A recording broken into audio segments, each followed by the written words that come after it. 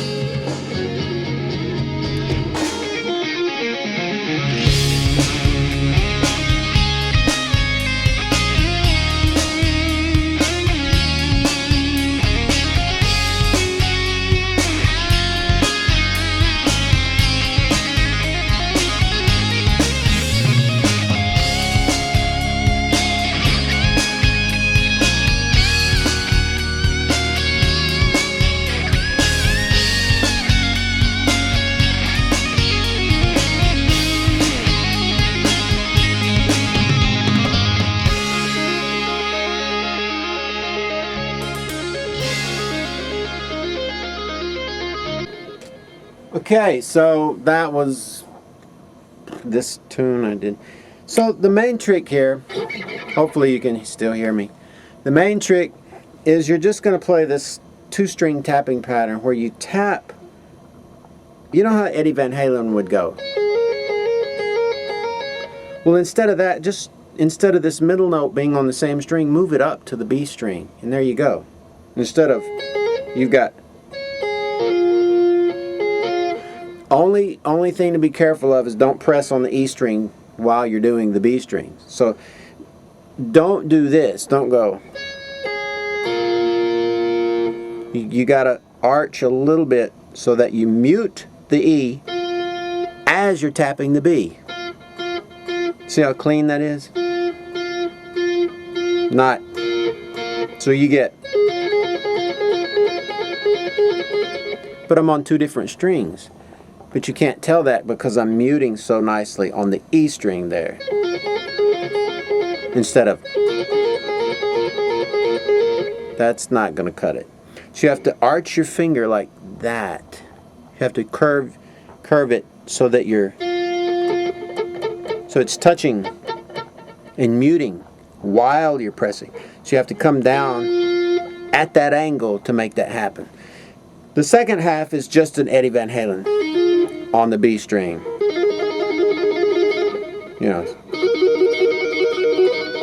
Alright, so you got the Eddie Van Halen skipping to the B string, then Eddie Van Halen again on the B. So your index finger is jumping back and forth between the E and the B string. Maybe you could see better this way. Like that.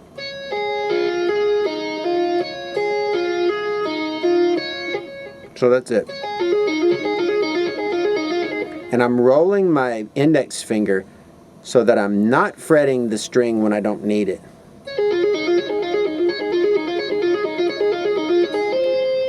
Alright, and then I switch to the 11th fret and do the same thing.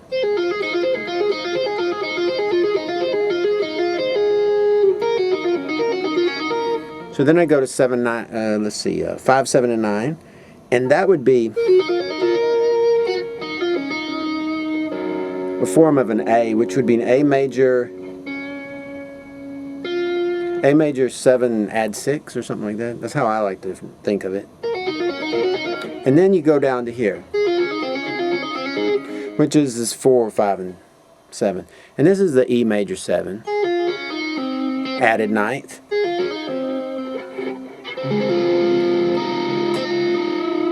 Alright, so you got, and then you got,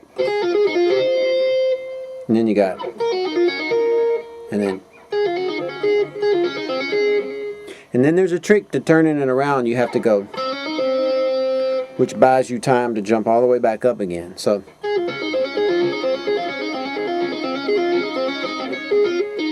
like that.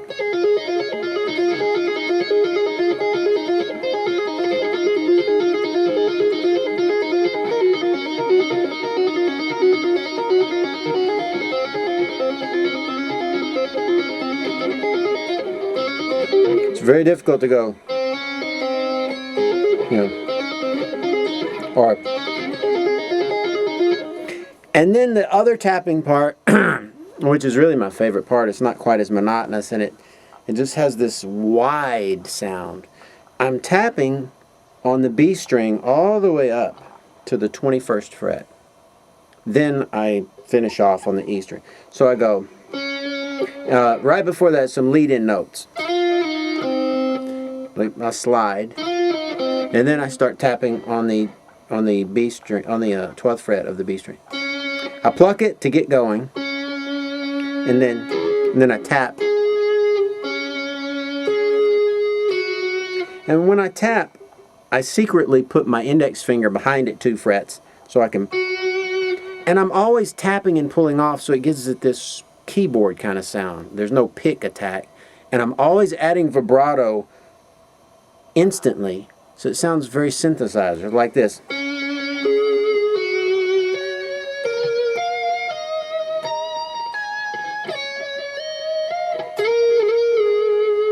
It's very keyboardish.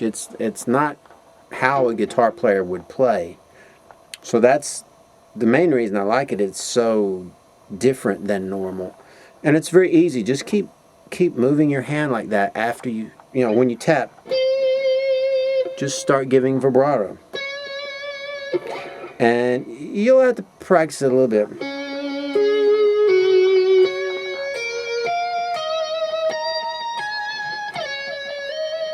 Oops. And then I don't go to the E string here. I slide all the way up. I go. And then I repeat and rinse, and then the solo comes in, and I do a pentatonic shape with this 2-string idea. It's the same idea. It's just different places. I'm trying to, I'm stretching this technique as far as I can. So here's the intro to the solo. Look familiar? It's the same thing.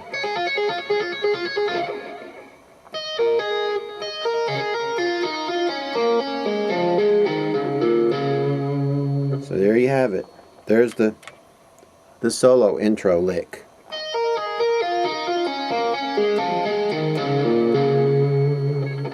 Up to speed. Oops. I can't even do it. No, wait, that was wrong. Once you get that far,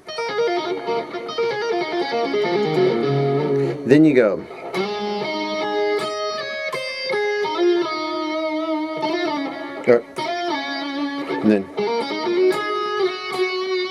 And I should have came all the way back to here. I just didn't remember how I played it.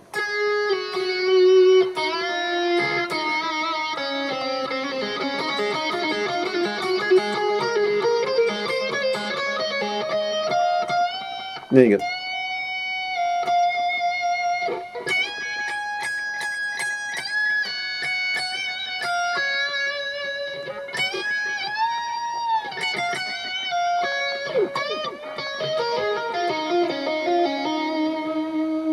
That slow is, and then you gotta mute it really fast, and then tap it, which is nearly impossible, because I punched in, and I like the way it sounded, so I overdubbed. So I didn't play it live, but to do it live, you'd have to go, bring your hand up and mute, like this, and then start your descending taps.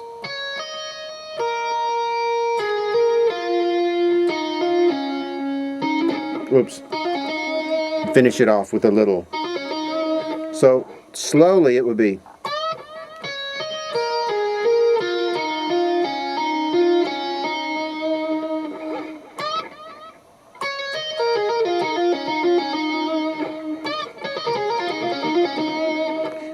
Then the descending B part goes.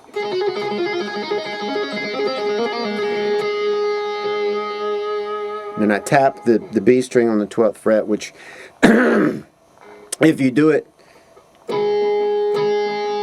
imperfectly, you'll get the B string and the harmonic, which it's like, so that's what's happening. I'm getting both notes coming out of one string. And then I do the bar. Sorry for the coughing, it's just congestion coming up. So that's it. Then I solo at the end and do some stuff. Then I do some more tapping at the end where I'm doing a, yeah, and I'm going back and forth between a,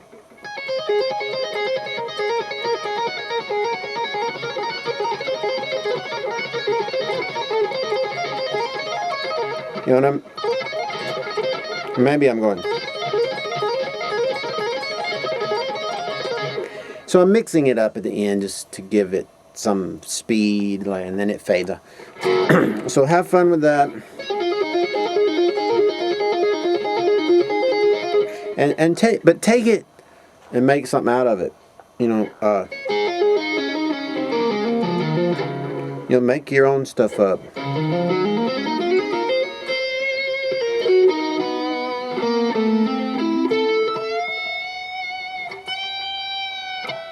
I don't know. Just come up with stuff. Come up with stuff and make it all cool and groovy. Alright, that's all for this episode of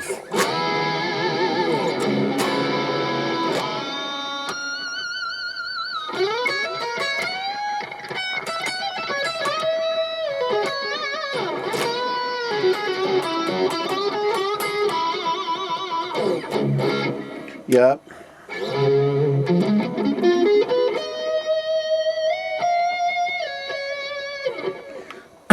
So just take whatever skill and techniques you have and turn it into something.